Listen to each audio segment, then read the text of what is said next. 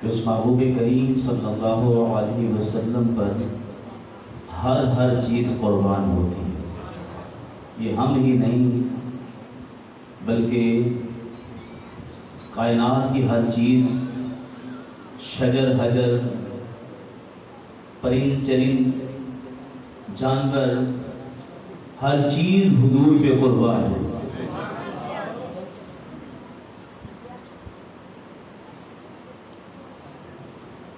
حقیقت میں کتاب تو حضرت علامہ مولانا قاری محمد قاسم صدیقی صاحب کا ہے۔ میں تو ایسے صرف حاضری کے لیے اور اس محفل کی برکتیں سمیٹنے کے لیے کچھ وقت کے لیے آپ سے کچھ معروضات کرنی ہے۔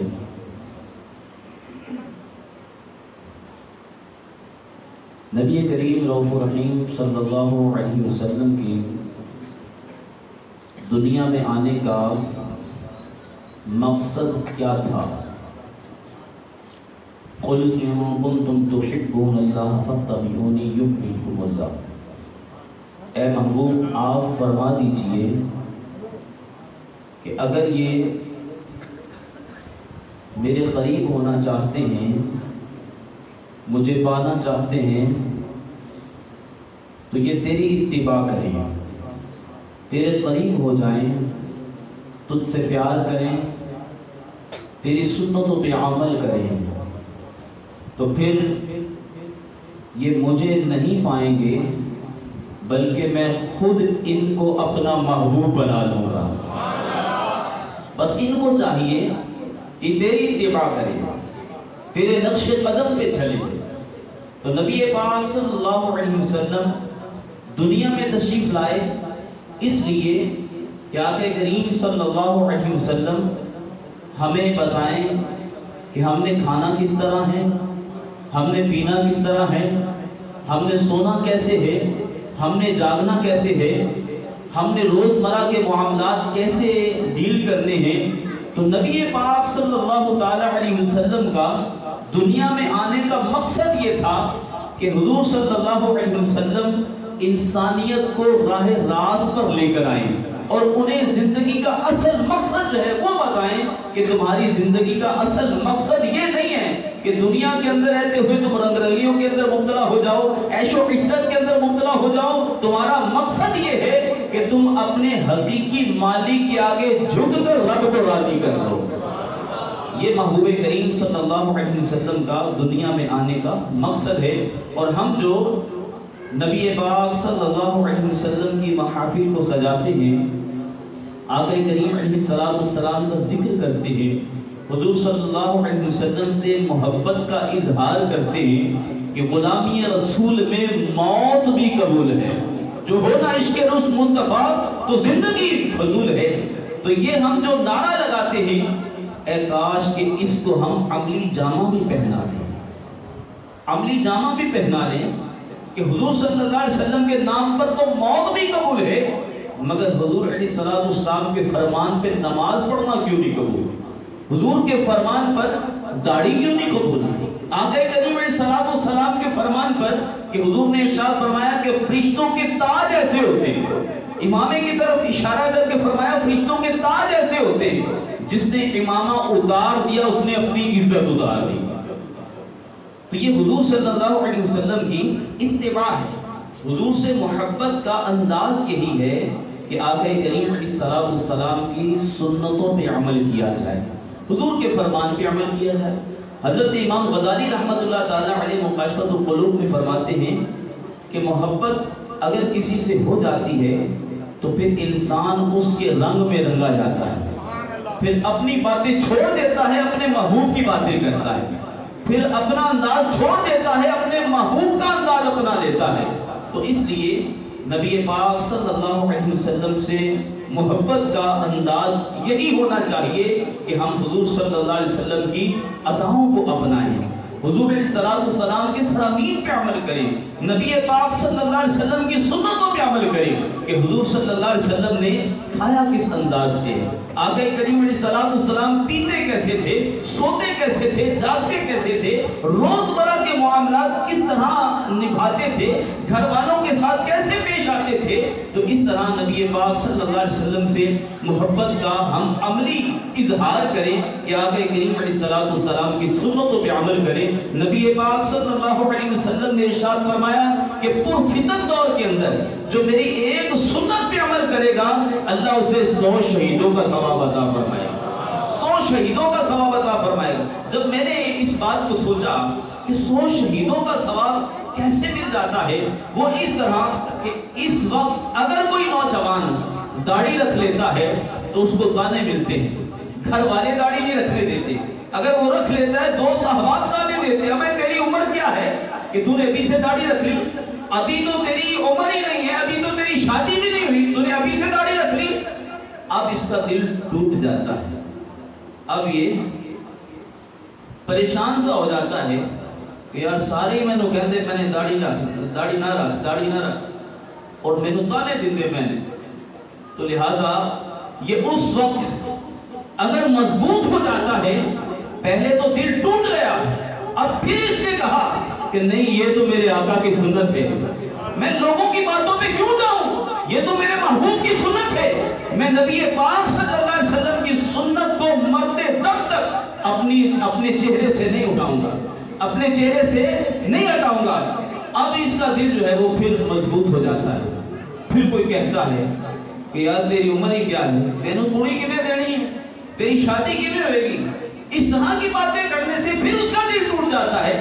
بار بار جب دل ٹوٹتا ہے، جڑتا ہے، ٹوٹتا ہے، جڑتا ہے، مرتا ہے، جیتا ہے، تو اس لیے حضور نے ارشاد فرمایا پرفتن دور کے اندر جبکہ ایسا دور ہوگا کہ میری سنتوں کو لوگ پسے پشت ڈال دیں گے، اس دور کے اندر جو میری سنت پہ عمل کرے گا اللہ اسے 100 شہیدوں کا ثواب عطا فرمائے گا۔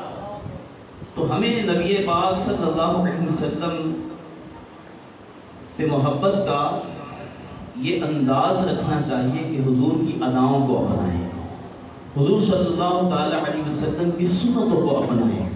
اللہ ہم سب کو عمل کی توفیق عطا فرمائے۔ کیونکہ میں نے عرض کیا کتاب علامہ صاحب کا ہی ہے، میں نے مختصر یہ جو ہے یہ کوئی چند منٹ کی حاضری آپ کے بارگاہ میں پیش کی ہے۔ اللہ کرے شاید کہ تیرے دل میں اتر جائے میری بات، اللہ کرے اس محفل کی برکت سے، میلاد کی برکت سے ہم نبی پاک صلی اللہ علیہ وسلم کی سنتوں پہ عمل کرنے والے بن جائیں۔ کہ حضور نے ارشاد فرمایا نماز میری آنکھوں کی ٹھنڈک ہے، تو حضور کی آنکھوں کی ٹھنڈک نماز ہے، تو کاش کہ ہم نماز پڑھنے والے بن جائیں۔ لوگ آج ہم پہ جو ہے وہ الزامات کیا لگاتے ہیں کہ جناب دیکھو جی محفل میلاد تو کر لیتے ہیں، نمازیں پڑھتے نہیں، محفل میلاد تو کر لیتے ہیں، حضور کی جو سنت ہے اس پہ تو عمل کرتے نہیں ہیں، تو یہ کیسی محبت ہے اور یہ کیسا عشق ہے؟ تو بالکل وہ ٹھیک کہتے ہیں، میں ان کے ساتھ ہوں۔ اس لیے ہم ساری رات تو محفل کریں، ساری رات گلیاں بازار سجائیں، صبح کو نماز پڑھیں نا، تو کیا فائدہ ہے اس محبت کا؟ سب سے پہلا فرض نماز ہے، سب سے پہلا فرض نماز ہے۔ کسی صورت میں بھی آپ چاہے گلیاں سجائیں، محفلیں کرائیں، ساری رات محفلیں کرائیں، پورا مہینہ کیا پورا سال ہر روز محفل کروائیں، مگر نماز نہ پڑھیں تو حقیقت کے اندر اس محفل کا آپ کو کوئی فائدہ نہیں ہے۔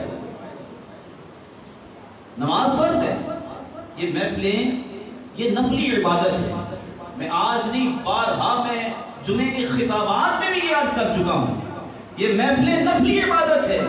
اگر آپ اس میں آتے ہیں محفل کرتے ہیں تو فاتحہ اچھی بات ہے، اگر آپ نہیں آتے تو کوئی گناہ نہیں، مگر آپ نماز نہیں پڑھتے تو کبیرہ گناہ ہے۔ محفل میں نہیں آتے تو کل اس کی پوچھ گچھ نہیں ہوگی، نماز نہیں پڑھتے تو اس کی پوچھ گچھ ہوگی۔ اللہ تبارک و تعالیٰ عز و جل سب سے پہلے نماز کے بارے میں پوچھے گا۔ تو اس لیے ہمیں فرض عبادت کی طرف، واجب عبادت کی طرف اور سنت عبادت کی طرف گامزن ہونا چاہیے اور اس کی طرف جو ہے وہ توجہ کرنی چاہیے۔ اس کے ساتھ ساتھ محفلوں کی برکتیں اپنی ہیں کہ جس طرح ایک عالم دین نے خواب کے اندر نبی پاک صلی اللہ علیہ وسلم کو دیکھا اور پوچھا یا رسول اللہ صلی اللہ علیہ وسلم، جو ربیع الاول کے اندر آپ کے امتی آپ کا میلاد مناتے ہیں، آپ سے راضی ہوتے ہیں، خوش ہوتے ہیں اور جناب جھنڈے لگاتے ہیں، تو اس کے بارے میں آپ کیا فرماتے ہیں؟ تو حضور نے ارشاد فرمایا جو ہم سے راضی ہوتا ہے ہم بھی اس سے راضی ہوتے ہیں۔ تو حضور صلی اللہ علیہ وسلم کی آمد پہ راضی ہونا، خوش ہونا، یہ تو مومنوں کا انداز ہے، مگر اس کے ساتھ ساتھ ضروری جو ہے وہ فرض ہے، ضروری جو ہے وہ نبی پاک صلی اللہ علیہ وسلم کی اداؤں کو اپنانا ہے۔ ایک مرتبہ درود پاک پڑھیں صلی اللہ علیہ وسلم۔